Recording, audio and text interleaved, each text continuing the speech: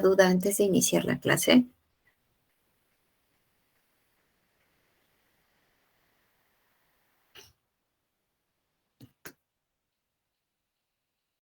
Si no tienen dudas, consultas antes de iniciar la clase, empezamos. Les voy a dejar el video de la clase práctica, ahora lo vuelvo a subir. ¿Sí, Obed? En general, no, pero al final, quería conversar sobre un asunto. Ya conversamos. ¿De acuerdo? Por favor. Ya. ¿Qué les iba a comentar? Ya, primero de que la próxima semana tienen exposición. A sus delegados, por favor, me hacen acordar de subirles cuál va a ser el contenido de la exposición. Van a exponer rápidamente sus parámetros geomorfológicos, pero van a exponer más a detalle el tema de sus tratamientos de datos de precipitación. Solo faltaba terminar con lo que era la consistencia, pero el resto ya lo debieran estar haciendo. Ok. Nada.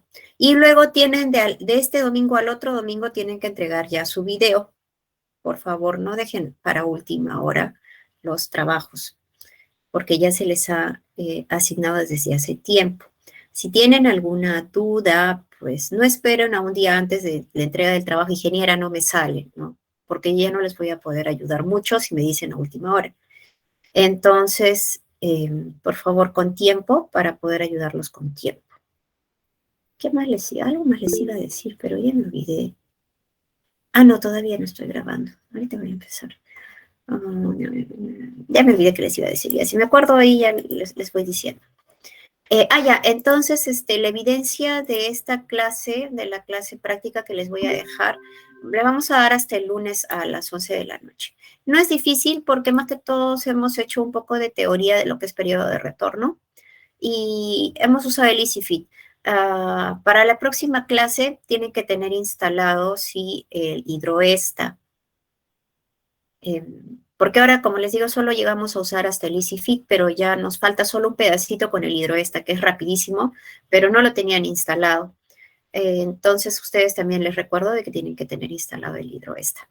El EasyFit les voy a dejar en el aula virtual, ¿verdad? De una vez se los dejo porque yo, de verdad, tengo que olvidarme la cosa. Entonces, ustedes son el grupo A y estamos en la unidad 2. Voy a dejarles en el aula virtual. ¿Dónde está? Ya. En la semana 8 les voy a dejar el EasyFit como en carpeta y como enlace de Google Drive, por si acaso, porque algunos cuando estaba como carpeta se los reconocía como virus y entonces por eso también lo estoy dejando en el Google Drive. Como indico ahí en el aula virtual, no es necesario instalar. Bueno, lo único que tienen que hacer es copiar la carpeta o copiar el archivo de Google Drive en su computadora y ejecutar EasyFit, el que ya está craqueado. Hay una carpeta que dice crack y ahí se ejecutan el EasyFit. No tienen nada que instalar ni craquear ustedes. Ya está craqueado, por favor. Sueles copiar, pegar la carpeta y ejecutar la carpeta que dice crack, EasyFit. Dentro de la carpeta crack ahí dice EasyFit. Y eso nada más tienen que hacer. También les voy a dejar el manual del MTC.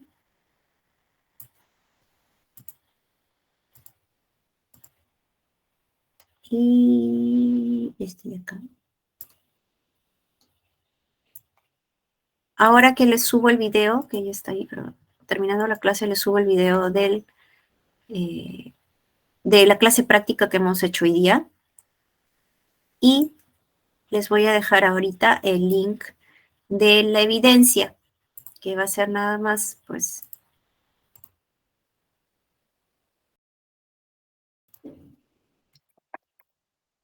en la evidencia 6 y es de EasyFit. Ahí en el video les indico cuál es la evidencia que tienen que enviar. Y en el caso de ustedes, sí van a tener hasta el día lunes 10.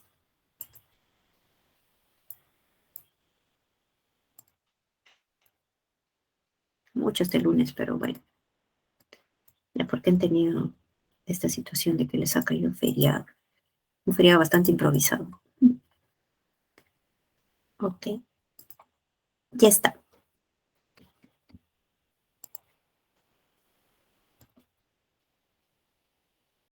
Está para que suban hasta el día lunes su evidencia número 6 sobre el EasyFit.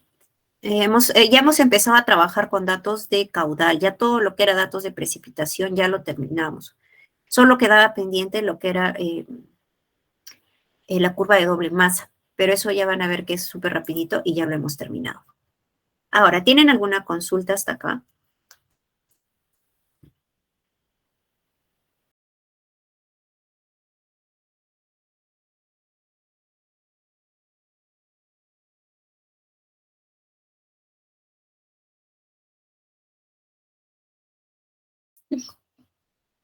¿Consultas?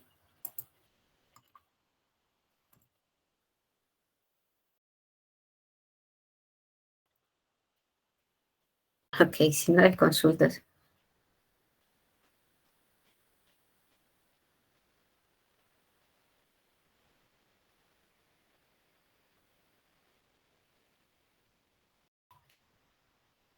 Si no hay consultas, entonces iniciamos la clase teórica.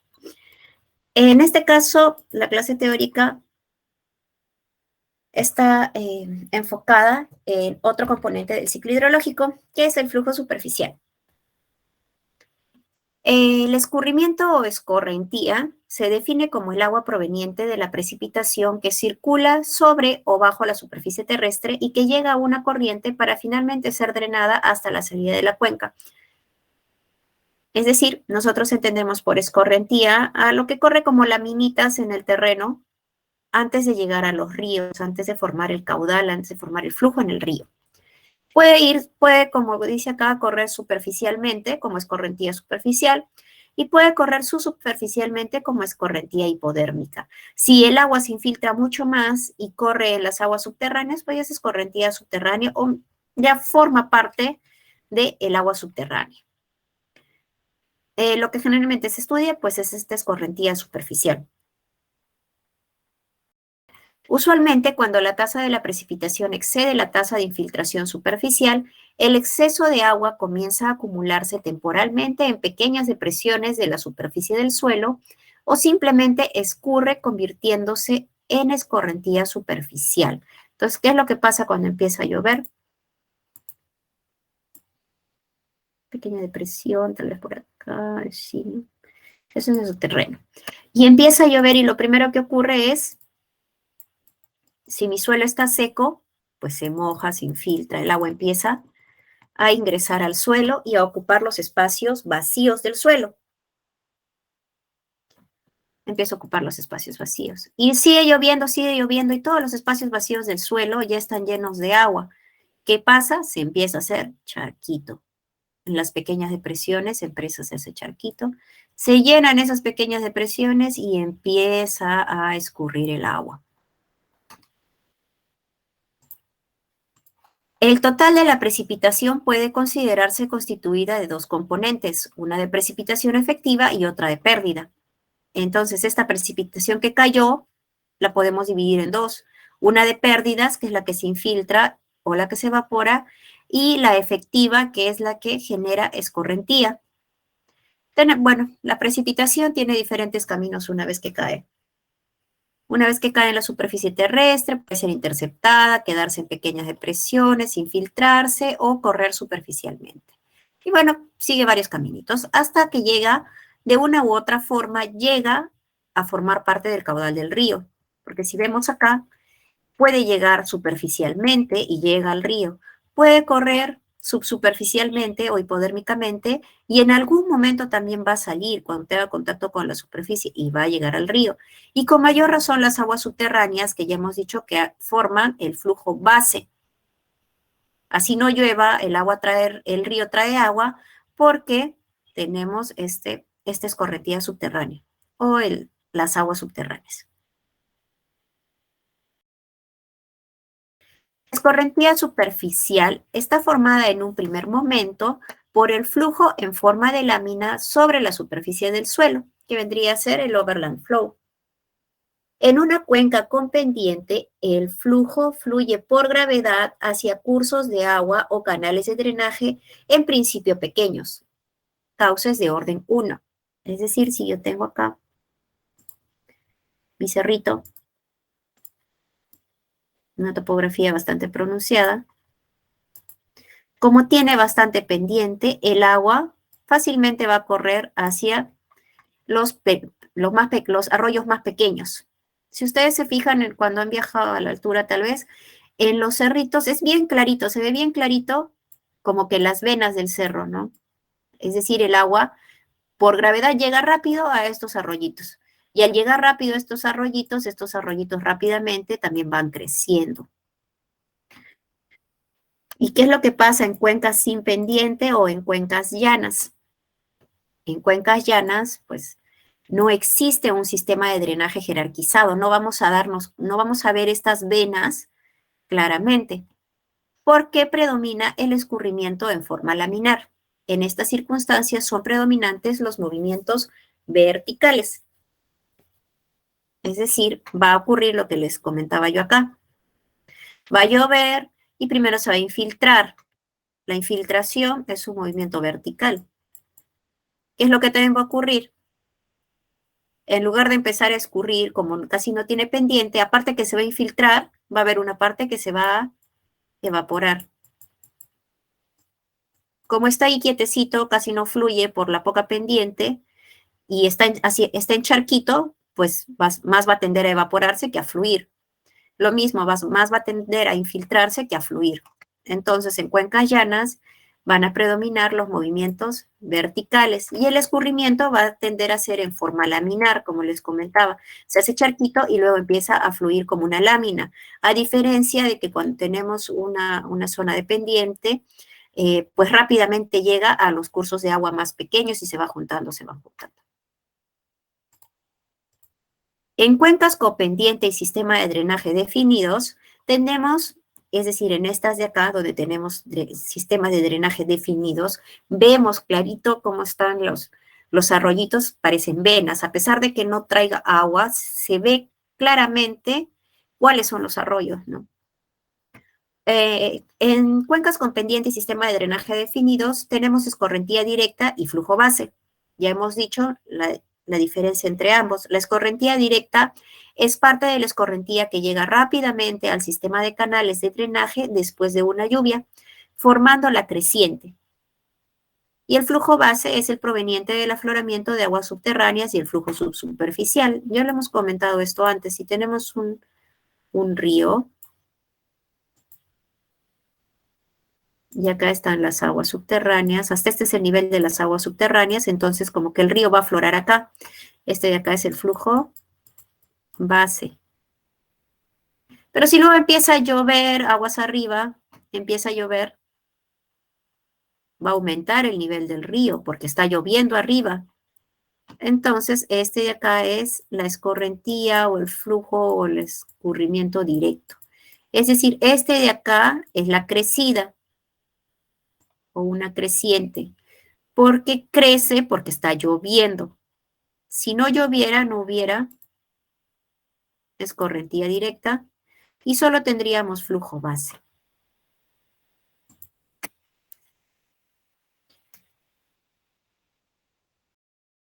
¿Cuáles son los factores que condicionan la escorrentía? Podemos dividirlo en 4 grupos entre factores climáticos, hidrogeológicos, biológicos y fisiográficos. De entre los factores climáticos, el más importante es la intensidad de la precipitación y la duración de la precipitación. Es decir, si la lluvia es más intensa, vamos a generar más escorrentía. Si la lluvia dura más, vamos a generar mayor escorrentía. Son los principales factores que determinan cuánto escorrentía vamos a tener, la intensidad de precipitación y la duración de la precipitación. También es importante el tipo de precipitación, dirección y velocidad de la tormenta, radiación solar, temperatura, viento. Factores climáticos. Con respecto a los factores fisiográficos, tenemos los factores relativos a la cuenca, como la densidad y forma de la red de drenaje. Si es una cuenca plana o llana, si es que están bien definidos los riachuelos, es decir, la forma de la red de drenaje. La altitud también es importante. ¿A qué altitud se está presentando la precipitación? Uso y tipo de suelos, parámetros geomorfológicos y cobertura vegetal, que está relacionada bastante al tipo de suelo. Entre los factores hidrogeológicos, cuando nosotros hablamos de hidrogeología, lo primero que se nos tiene que venir a la mente son las aguas subterráneas. Por lo tanto, es importante saber dónde está el nivel freático. Y también conocer la permeabilidad de las capas del suelo, si es que cuando llueva va a tender a infiltrarse rápidamente, cuáles son las probabilidades de que llegue a las aguas subterráneas o no llegue a las aguas subterráneas, etcétera.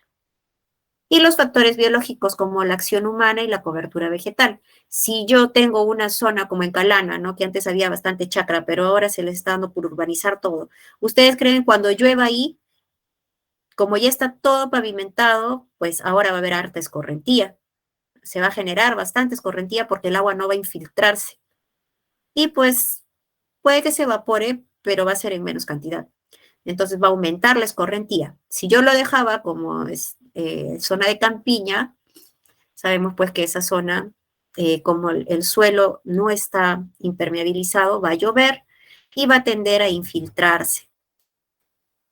Entonces disminuye la escorrentía. Y la cobertura vegetal es diferente, pues la evapotranspiración de un cultivo nativo a la evapotranspiración si yo me pongo a sembrar, no sé, fresas, ¿no? Va a ser diferente. El cultivo nativo de la zona va a tender a evapotranspirar menos agua que un cultivo ya para exportación o productivo. Entonces, también cuando varían las tasas de evapotranspiración, varía la escorrentía. ¿Tienen alguna consulta hasta acá?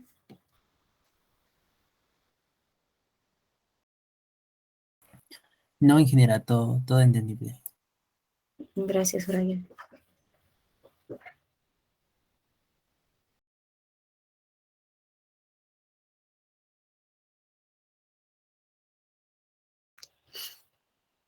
Entonces, vamos a conversar sobre los hidrogramas. Porque si bien estamos hablando de la escorrentía, cómo es que llega,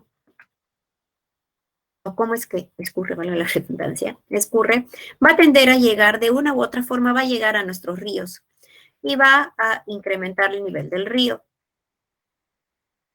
Entonces nosotros para eso estudiamos los hidrogramas. Nosotros necesitamos saber cómo es que se comporta el caudal en el tiempo. Es decir, un hidrograma va a ser la expresión gráfica del caudal como función del tiempo. Lo mismo que es un yetograma, pero en un yetograma hablamos, en lugar de caudal, hablamos de precipitación. ¿Cómo es que se comporta la precipitación en el tiempo? En el caso de los hidrogramas, hablamos de cómo es que se comporta el caudal en el tiempo. Tenemos este hidrograma. Digamos de que lo hemos tomado en un punto. Acuérdense que estos hidrogramas se toman en un punto, es decir, este es un río. Y yo tengo acá mi estación, y acá es donde voy a medir el caudal. Yo mido mi caudal, por ejemplo, en o voy dibujando, ¿no? Cada 5 minutos tal vez. Desde las 12 horas hasta las 2 horas, hasta las 14 horas, 2 horas. Hasta las 14 horas, digamos.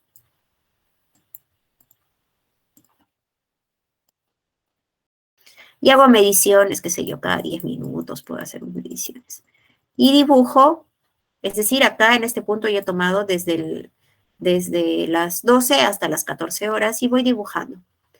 El área comprendida bajo un hidrograma es el volumen de agua que ha pasado por el punto de aforo en el intervalo de tiempo considerado. Es decir, si yo obtengo esta área debajo de toda esta curva, voy a obtener el volumen que pasó por este punto desde las 12 hasta las 14 horas.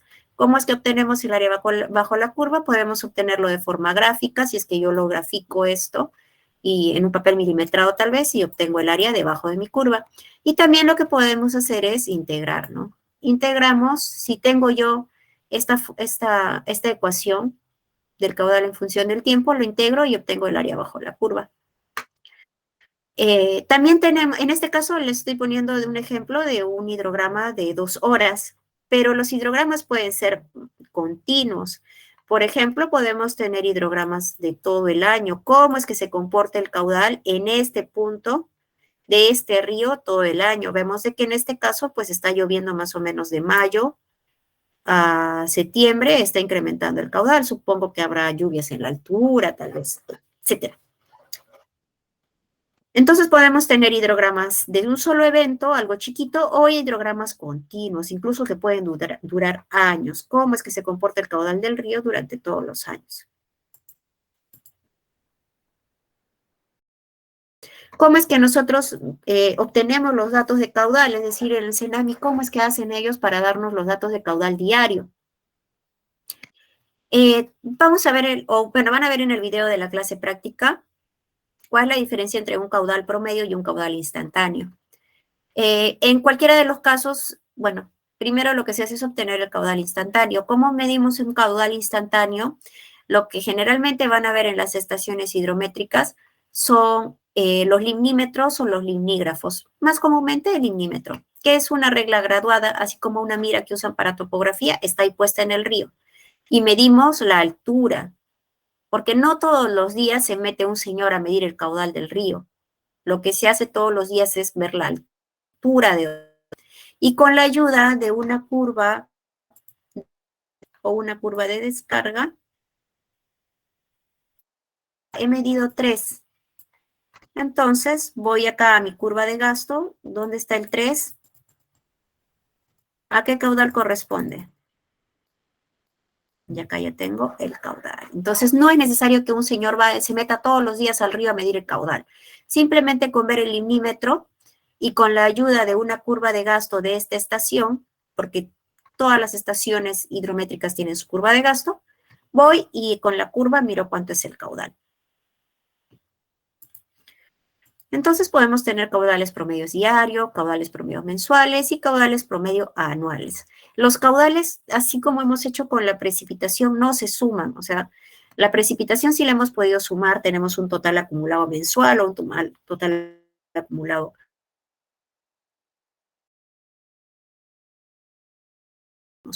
Pero no los vamos a sumar porque no nos sirve de nada tener un caudal mensual. No se trabaja así. Estas curvas de gasto también lo van a ver en el video de la clase práctica. Básicamente, pues, mido la altura del río, acá en este caso, miren, este es un lignito. Cuando hablamos de grafo, hemos visto que hablamos de gráfico. Muy caudaloso y yo tengo acá mi regla, imagínense. Tengo mi limímetro. Y el río es tan caudaloso y se mueve y se mueve y se mueve. Yo creo que el señor va a sufrir mucho para determinar pues exactamente cuál es el nivel. Es por eso de que se construye una cámara contigua al río. Sabemos que el agua va a subir al mismo nivel, pero ya va a estar más calmado, porque como es una sección pequeña, ya se va a calmar. Entonces acá es donde va dibujando cómo es que sube y baja el nivel del río. Entonces ya tengo la altura. ¿Qué me falta? Me falta el caudal. El caudal generalmente, bueno, el más común usado es el correntómetro, que también en la clase práctica lo van a ver. Entonces dibujo para esta altura cuánto caudal tengo, ya dibujo un puntito. Para otra altura, cuánto caudal tengo, otro puntito. Y lo que se hace es, mediante regresión, obtener una curva. La curva a la que mejor se ajusten mis puntos. Y con eso ya yo todos los días puedo leer. Mido 8, ya mido acá. Ya no tengo que estar entrando a medir caudal. Ahora, así podemos medir todos los días nuestros datos de caudal. Pero que es importante también, es importante conocer cuál es la forma del hidrograma. Esto de que es la curva de gasto. Y vamos a hablar sobre los hidrogramas.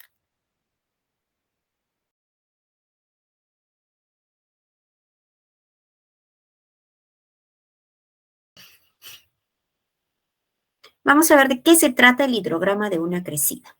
Imaginemos un experimento de laboratorio.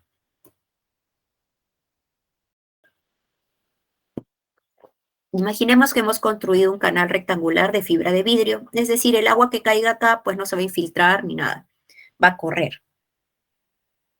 Tenemos un canal de fibra de vidrio y vamos a producir una precipitación de intensidad constante. Es como que tengamos acá, no sé, como una ducha grande y vamos a abrir la ducha con un caudal constante. Entonces vamos a tener una precipitación constante. Y digamos de que vamos a aforar, es decir, vamos a medir el caudal acá en la salida del canal.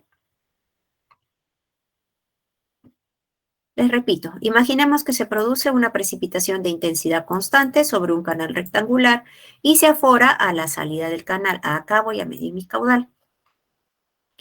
Entonces, primero dibujamos la precipitación. Este es un dietograma.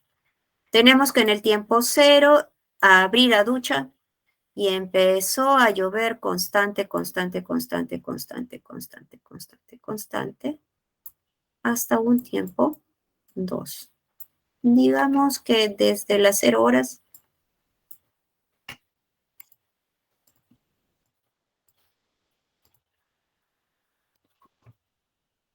6, digamos.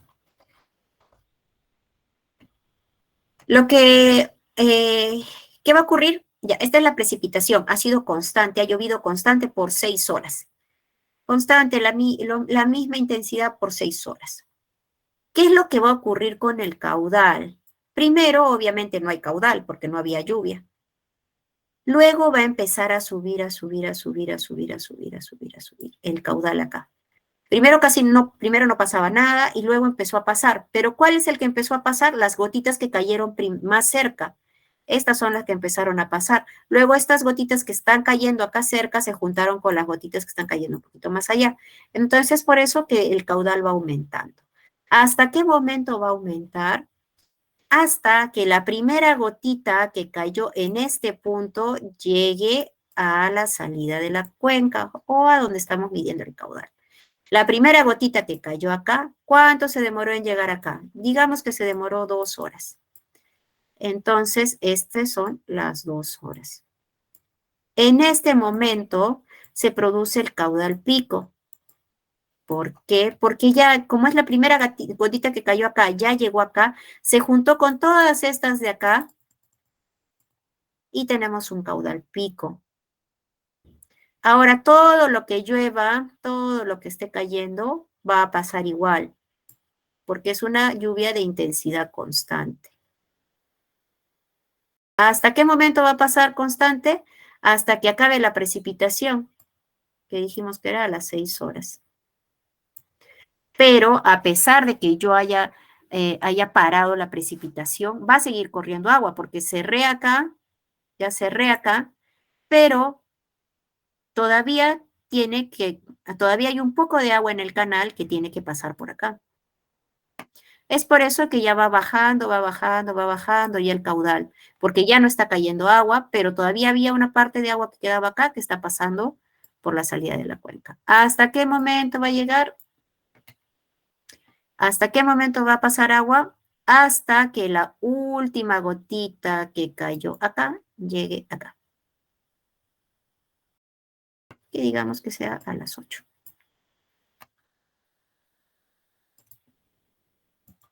Y este de acá es el hidrograma de una crecida. En este caso estamos considerando un canal pues que no tenía nada de agua y abrimos el caño y abrimos la ducha y empezó a correr el caudal. Pero eso no ocurre en el río porque en el río generalmente ya trae agua. ¿Cómo se llama esa agua que trae el río? Es el flujo base. Es el flujo base. Pero en este caso solo estamos dibujando el hidrograma de lo que produjo o el hidrograma del caudal que produjo la precipitación, ¿no? El flujo base. ¿Se entiende?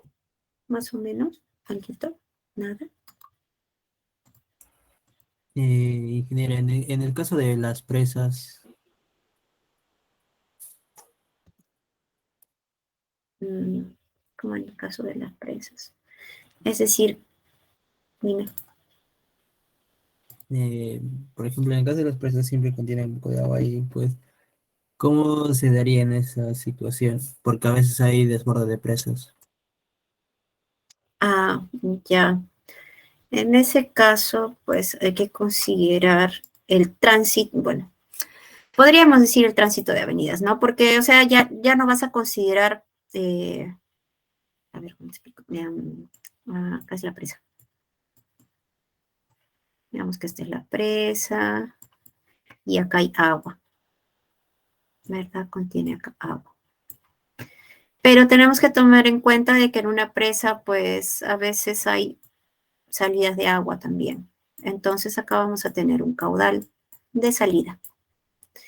Y cuando venga la precipitación, como que vamos a tener una crecida también acá, ¿no? Va a crecer. Pero ese hidrograma ya se dibuja de otra forma. Se tiene que considerar, a ver, si quieres dibujar el hidrograma, vas a tener que considerar, a ver, déjame acordar.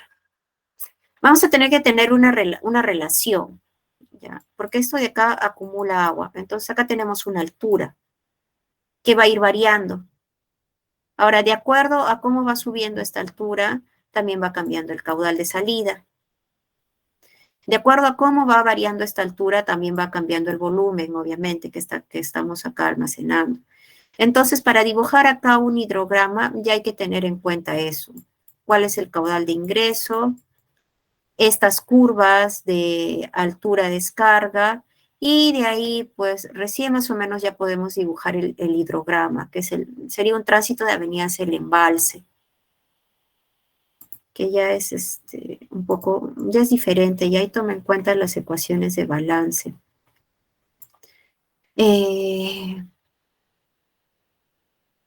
Más o menos por ese lado iba tu pregunta, ¿o a qué te referías? Sí, más o menos por ahí. Ay, perdón, Brian, ¿no? Sí, ingeniero. Ya está en un sitio.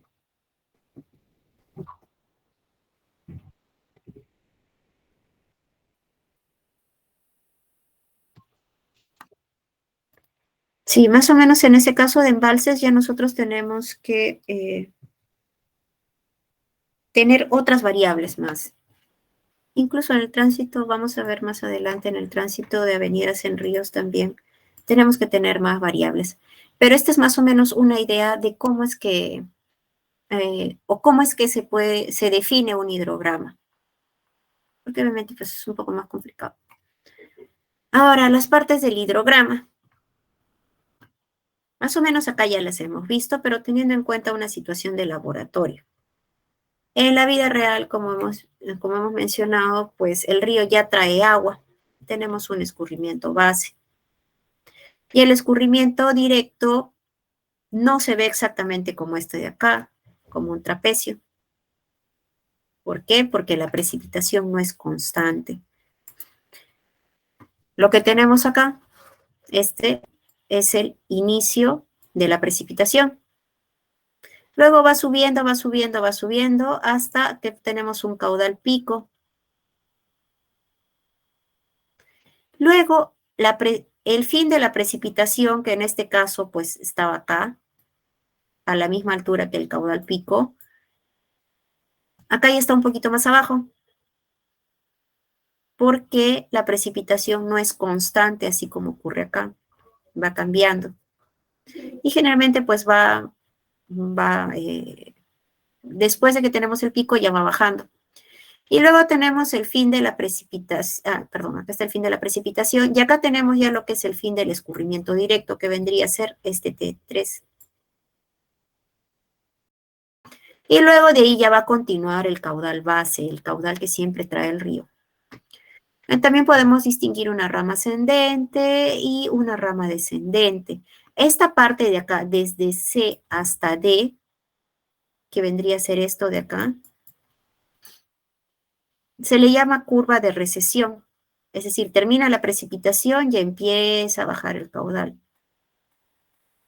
Acá también podemos distinguir unos factores de tiempo, unos parámetros de tiempo, que es el tiempo al pico, es decir, desde que inicia mi escurrimiento directo hasta que llega el caudal pico. Y tenemos también el tiempo base, que es la duración del hidrograma directo, es decir, el tiempo base acá sería todo esto de acá.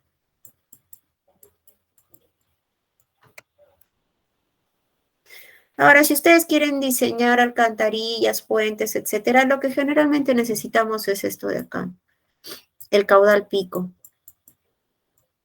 El hidrograma ya más nos va a servir para temas de inundaciones, para drenaje, por ejemplo, si necesitamos saber en qué momento va a ocurrir el pico, etcétera.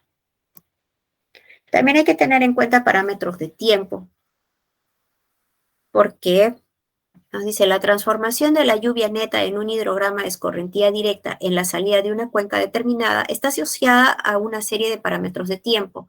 Recuerden que nosotros estamos obteniendo un hidrograma en base a un dietograma. Es decir, tenemos la precipitación, pero esta de acá es la precipitación efectiva. No es toda la precipitación. Es la precipitación efectiva, es solo la que genera escorrentía directa, este de acá, la escorrentía directa. Porque acá tenemos, pues, ha llovido más, acá arriba tenemos, ha llovido más, pero esto de acá se ha infiltrado o se ha evaporado. La infiltración, pues lo que se ha infiltrado en algún momento también va a llegar a formar parte de nuevo, va a salir, ya sea si es que fluye superficialmente o si es que llega a las aguas subterráneas, en algún momento va a salir también. Pero pues ya va a formar parte del flujo base, no va a formar parte de la escorrentía directa. Solo esta precipitación efectiva es la que forma parte de la escorrentía directa. Entonces, ustedes si ven este gráfico acá, no es todo lo que ha llovido, es solo la parte que llovió que genera escorrentía directa.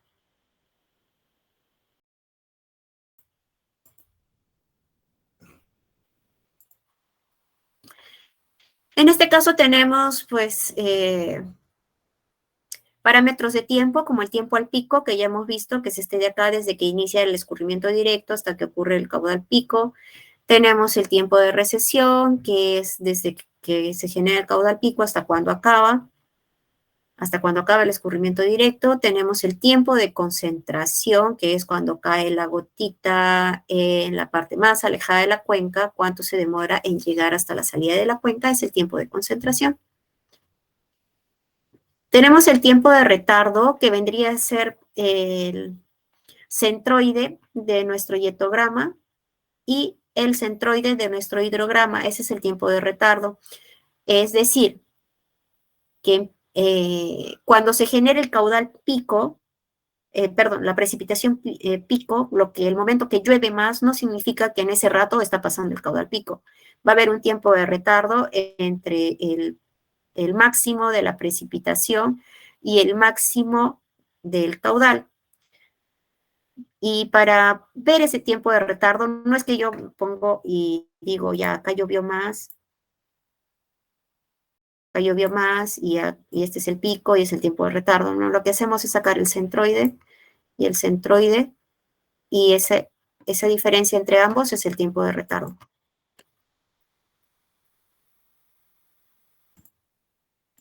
Y luego tenemos el tiempo base, que ya hemos dicho que es la duración total de nuestro hidrograma de escurrimiento directo.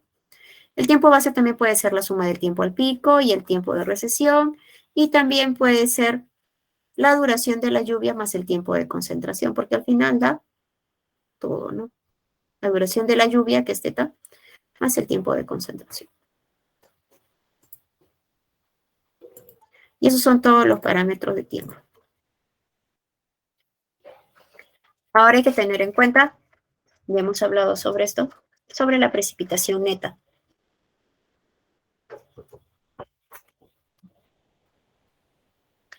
En el dietograma distinguimos las precipitaciones que se infiltran de las que producen escorrentía directa, que denominamos precipitación neta o efectiva. Ya lo hemos mencionado. En este caso, sí estamos mostrando todo el evento de precipitación y estamos diferenciando lo que se perdió, lo que se infiltró, lo que se evaporó, de lo que produjo escurrimiento. La separación entre la precipitación neta y las pérdidas varía con el tiempo. Esto lo vamos a ver en la clase de infiltración, lo vamos a entender mejor. ¿Cómo es que esto va variando? Principalmente va variando por el tema del suelo, porque si mi suelo está seco y empieza a llover, pues va a tener más espacios vacíos para infiltrar agua, para alojar agua. Pero va pasando el tiempo, sigue lloviendo, entonces todos esos poros se van llenando y ya la capacidad de infiltración de mi suelo va bajando. Es por eso es que la separación entre ambas, entre la lluvia que genera escorrentía y la que son pérdidas, va a ir variando con el tiempo. Ahora, este es el dietograma. Nosotros acá mostramos el hidrograma de lo que ha producido este dietograma. tenemos una curva de crecida, luego la curva de descenso y la curva de agotamiento. Hemos dicho que esta X de acá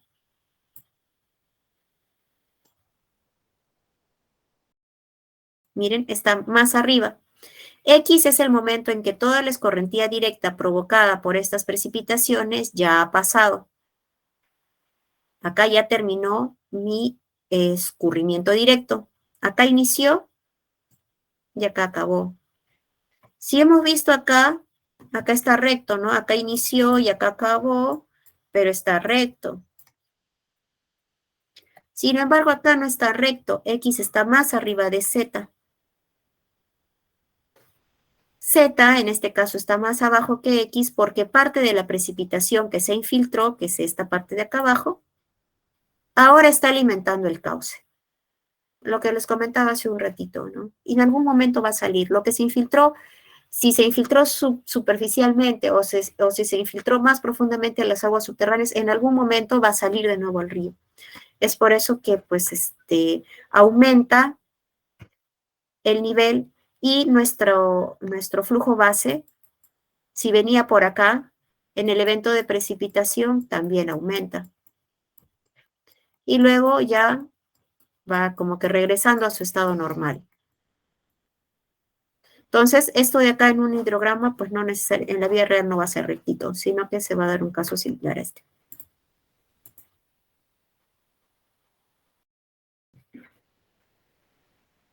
Ahora, ¿cómo separamos la parte de la escorrentía directa del flujo base? En este caso tenemos varias formas, ¿no? Básicamente, pues tenemos que hacerlo observando. Podemos usar una línea recta, podemos usar dos líneas rectas, podemos usar líneas curvas. Ahora, la determinación del punto de inicio de la curva de agotamiento lo podemos diferenciar de una forma visual, tal vez, ¿no? Viendo cómo es donde cambia donde quiere cambiar el sentido de la curva. O podemos usar un método empírico donde relacione el área de la cuenca. Y N, en este caso, vendría a ser el tiempo entre el pico del hidrograma y el punto E, es decir, de acá hasta acá. Eso vendría a ser N. Es una fórmula empírica. ¿Alguna consulta hasta acá?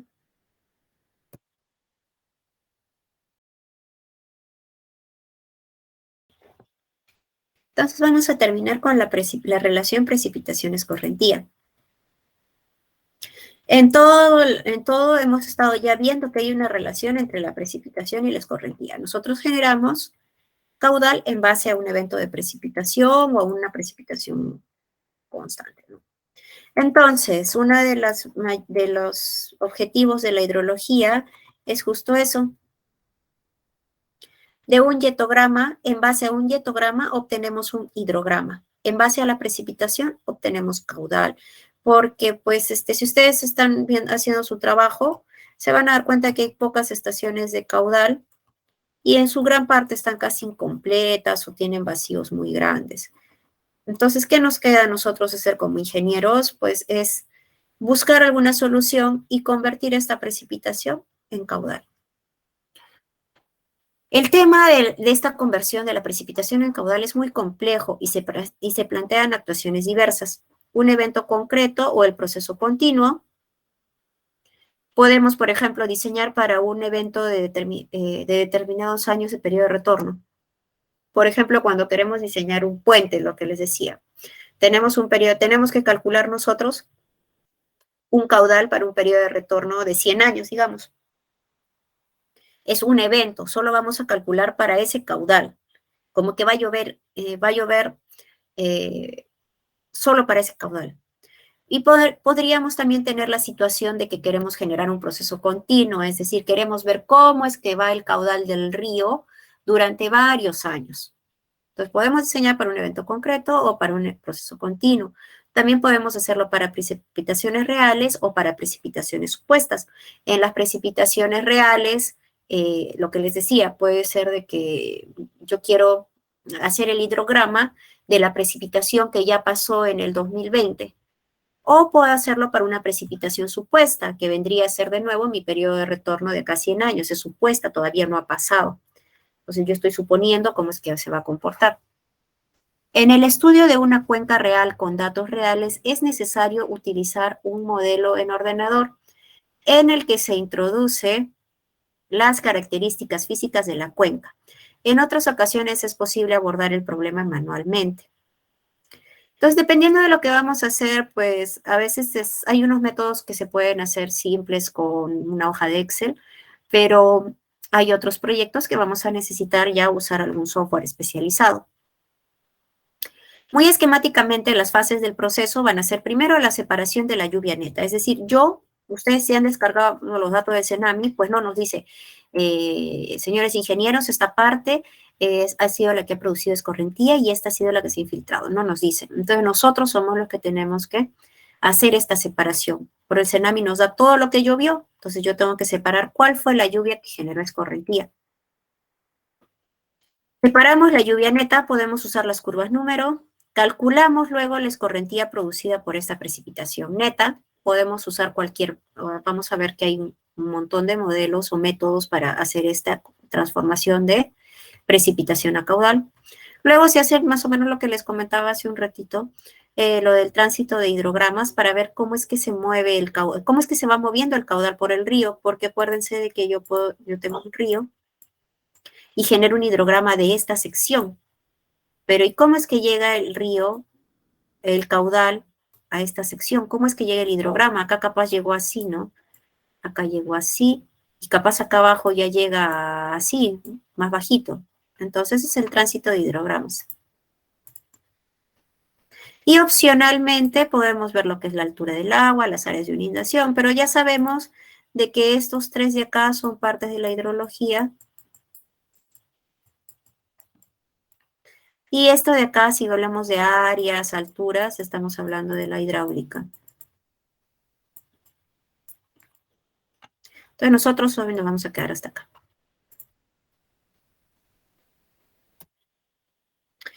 Entre los métodos más usados que seguro ustedes habrán visto por todos lados es el método racional.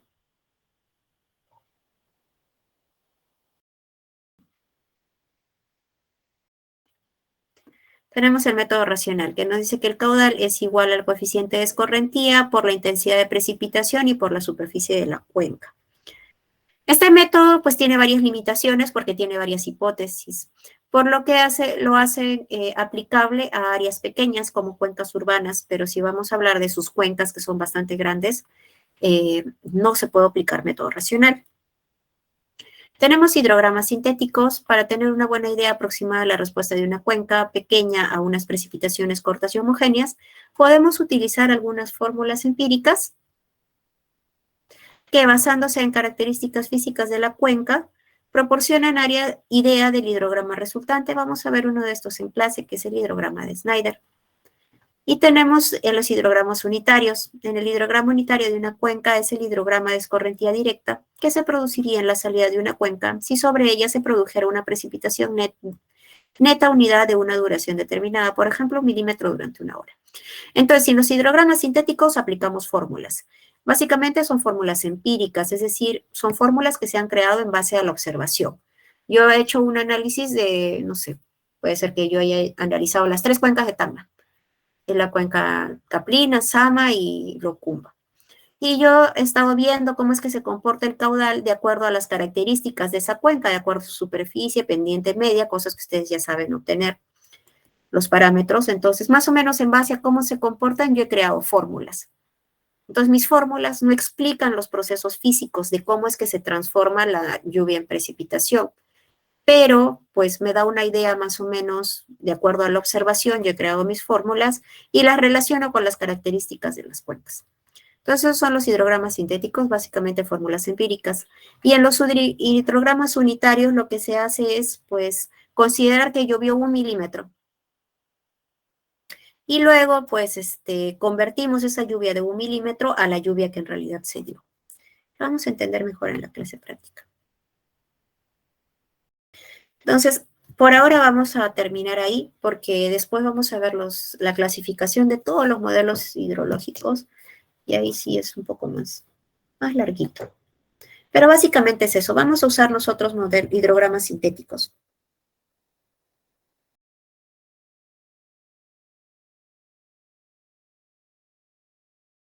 ¿Tienen alguna consulta hasta acá? ¿Qué les iba a decir? No me acuerdo. ¿Sí o ve? Así en general era lo que le comenté hace un instante. Dime.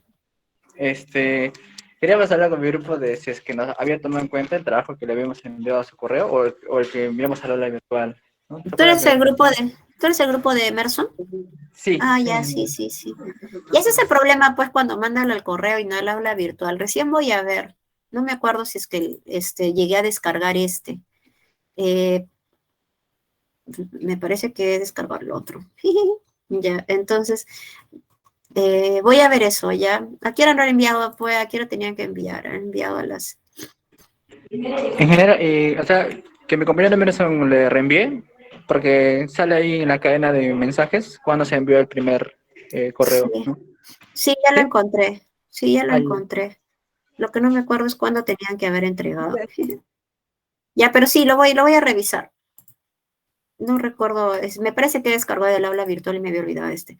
Por eso a veces les digo de que es mejor que envíen, pues obviamente tienen que enviar el aula virtual porque después ocurren estas cosas, pues, ¿no? Que me olvido.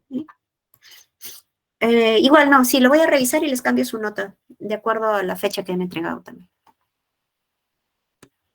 Entonces, el próximo trabajo, por favor, eviten eso, porque después se me mezclan ahí los correos. Traten de enviar en el plazo establecido. Yo en general, muchas gracias. Ya lo voy a revisar. ¿Tienen alguna otra consulta? Ay, ¿qué más les iba a decir? Ya nada. Ya, si me acuerdo, les hago saber con sus delegados. Ahorita les voy a subir de una vez el video del otro grupo para que puedan ir trabajando. Recuerden que tienen que hacer lo mismo para sus cuencas, no lo dejen para última hora. Ya básicamente estamos a mitad del semestre. Entonces, pues, pasemos todos una feliz Navidad y no dejen las cosas para última hora. Ya vayan a celebrar Navidad tranquilos, sin tener la preocupación de ningún curso. Así que, por favor, pónganse a trabajar en sus trabajitos. ¿Alguna consulta, chicos? No se olviden del libro esta también, por favor. Por favor. Hoy día es... Ya, si no hay consultas, entonces nos estamos viendo el próximo viernes. Recuerden que el próximo viernes ya tienen exposición. Déjenme ver si hacemos clase teórica primero. ¿Qué dice el cronograma?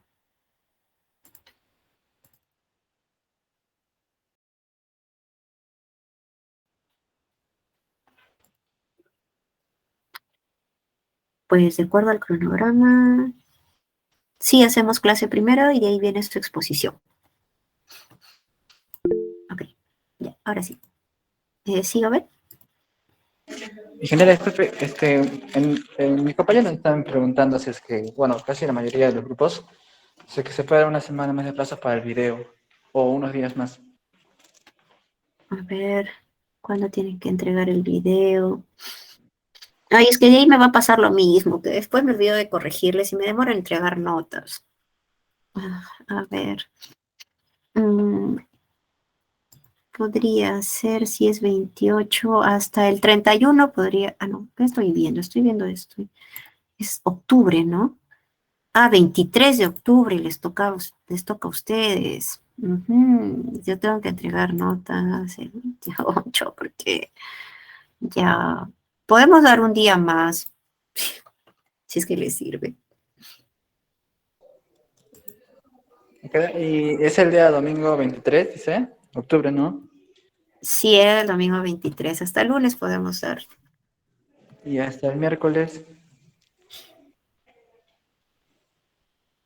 Hasta el 21. miércoles. No, es que el miércoles ya es 26 y el 28 ya se supone que estamos terminando y seguro me van a estar presionando por las notas.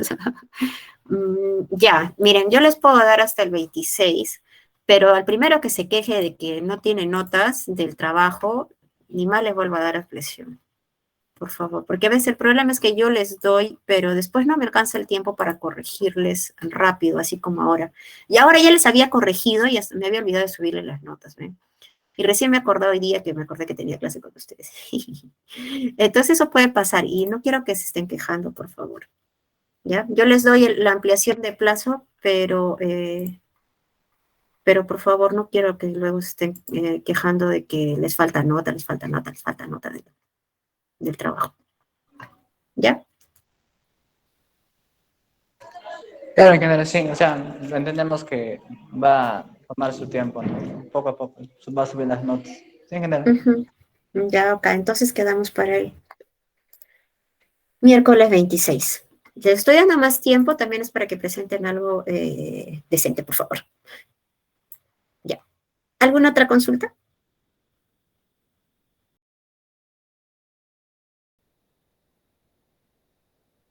Ya, si no hay consultas, quejas, dudas, voy a ver lo del trabajo de ustedes y les autorizo al aula virtual.